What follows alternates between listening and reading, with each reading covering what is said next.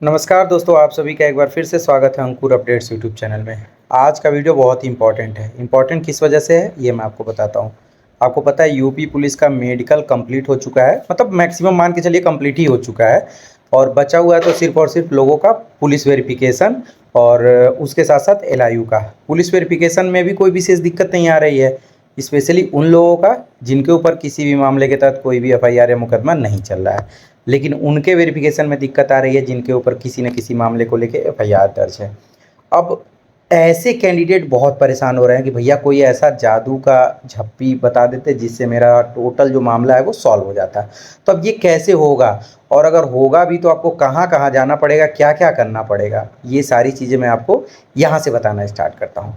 तो पहले तो आप मुझे ये बताओ, जैसे मान लो अगर आप किसी गड्ढे में बाइक या फिर फोर व्हीलर लेके फंसे हुए, मान लो आप फोर व्हीलर से जा रहे हो और कहीं गड्ढा था, वहाँ आपका एक पहिया फंस गया, तो आप वहाँ सबसे पहले क्या करोगे बताओ? गाली दोगे कि रोड अच्छा नहीं बनाया है, या सरकार को दोष दोगे कि यार ये लोग बजट देते तो रोड अच्छा बन जाता है, या सबसे पहला फोकस करोगे कि यहाँ से कैसे निकले? तो आई थिंक मैक्सिमम लोगों का यही मत होगा कि इस जगह से पहले निकलो, बाद में किसी न किसी को ब्लेम करेंगे। तो सबसे पहले आपको यही टारगेट करना है कि किसने एफआईआर दर्ज कराया, किसने नहीं कराया, क्या नहीं करता तो क्या होता और क्या करता तो क्या नहीं हो जाता, इस बारे में अभी नहीं सोचना है, क्योंकि वो सही समय नहीं है ये सोचने का। तो सबसे पहला टारगेट कि किस तरीके से हम इससे निकलें ये देखना है, बाद में सबका हिसाब किया जाएगा। ठीक है, तो देखो, जिसके भी ऊपर मारपीट के मामले में एफआईआर दर्ज है या फिर जिसके भी ऊपर 302 या 307 के तहत मुकदमा चल रहा है, मारपीट में आपको पता है, मतलब मास्टर तो आप हो ही गए हो, आपको बताने की ज़रूरत नहीं है। इसके साथ साथ और भी बहुत सारी धाराएं हैं, सब तो मैं आपको नहीं काउंट करा सकता, लेकिन इतना मैं बता दे रहा हूँ, एक होता है संज्ञेय अपराध, एक होता है असंज्ञेय। ठीक है, तो अगर संज्ञेय अपराध है तो क्या होगा और असंज्ञेय है तो क्या होगा? तो देखो, तीन तरीके से वेरिफिकेशन हो रहा है। एक, मान लीजिए आपने अपने एफिडेविट में दिखाया था कि आपके ऊपर कोई भी मामला नहीं चल रहा है, उसका फोटोकॉपी थाने पे आ गया, जब पुलिस वेरिफिकेशन के लिए मांगा गया तो ये लगा के भेज दिया, हाँ इनके ऊपर कोई मामला नहीं चल रहा, और सीधे ये पुलिस मुख्यालय या फिर ये समझ लो कि उसको सीधे भेज दिया गया भर्ती बोर्ड, मतलब उनका पुलिस वेरिफिकेशन हो गया। और एलआईयू का भी हो जा रहा है, कॉल करके वो बता दे रहे हैं। एलआईयू में बहुत सारे लोगों को कन्फ्यूजन हो रहा है कि ये क्या होता है। एलआईयू का मतलब लोकल इंटेलिजेंस यूनिट, आपको पता है कि जब पासपोर्ट बनाया जाता है तो एलआईयू वेरिफिकेशन करती है। ये वही समझ लो जैसे आईबी का काम होता है, वही लोकल इंटेलिजेंस यूनिट का मतलब ये लोकल स्तर पे जांच पड़ताल करती है। तो ये भी लगा देती है रिपोर्ट, कभी कभी आपको फ़ोन कर देगी, कभी कभी नहीं करेगी। ठीक है, और दूसरा, अगर आपके ऊपर मारपीट से रिलेटेड कोई धारा है या कोई असंज्ञेय अपराध है, मतलब आपने उसको शपथ पत्र में दर्ज किया है, तो जो आप शपथ पत्र लगाए थे उसका फोटोकॉपी यहाँ आ रहा है, तो वो जब रिपोर्ट लगा रहे हैं तो यही लिख दे रहे हैं कि इनके ऊपर इस मामले के तहत एफआईआर दर्ज है।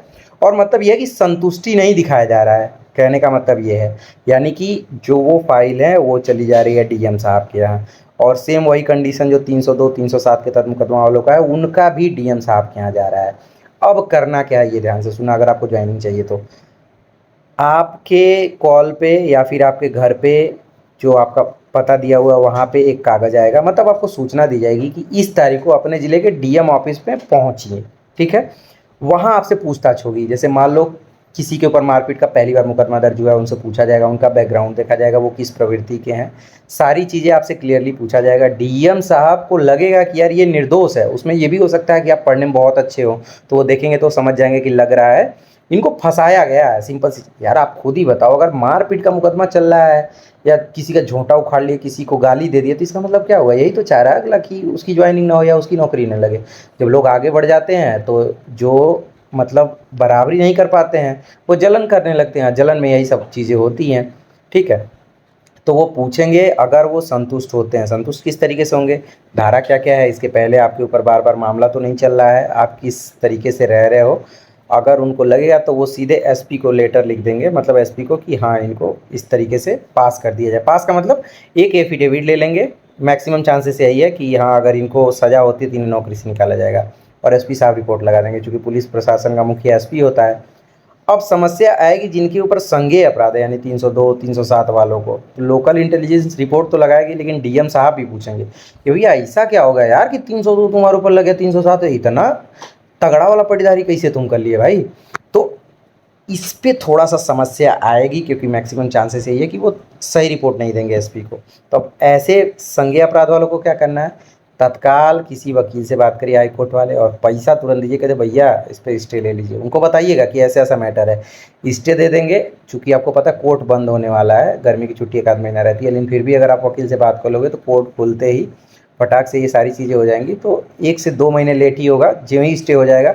स्टे का मतलब समझे?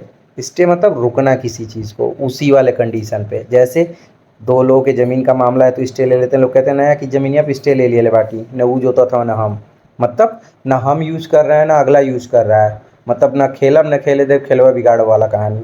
वो चीज़ें वहीं रुक जाएंगी, आपका तत्काल प्रभाव से ज्वाइनिंग हो जाएगा, चीज़ें चलती रहेंगी। बाद में कौन देखता है यार, आप अभी नहीं ज्वाइन किए हो तो पटीदार का अलग टाइप का सोचना है आपके प्रति, और ज्वाइन कर लोगे तो अलग हो जाएगा।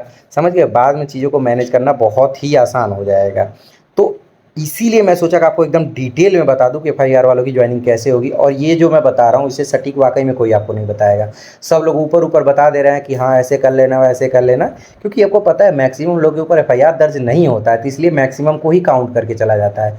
लेकिन मेरा मानना ये नहीं है कि 90% रिजल्ट आया तो बहुत अच्छा है, 90 तो आया तो अच्छी बात है, 10% को भी लेके चलो।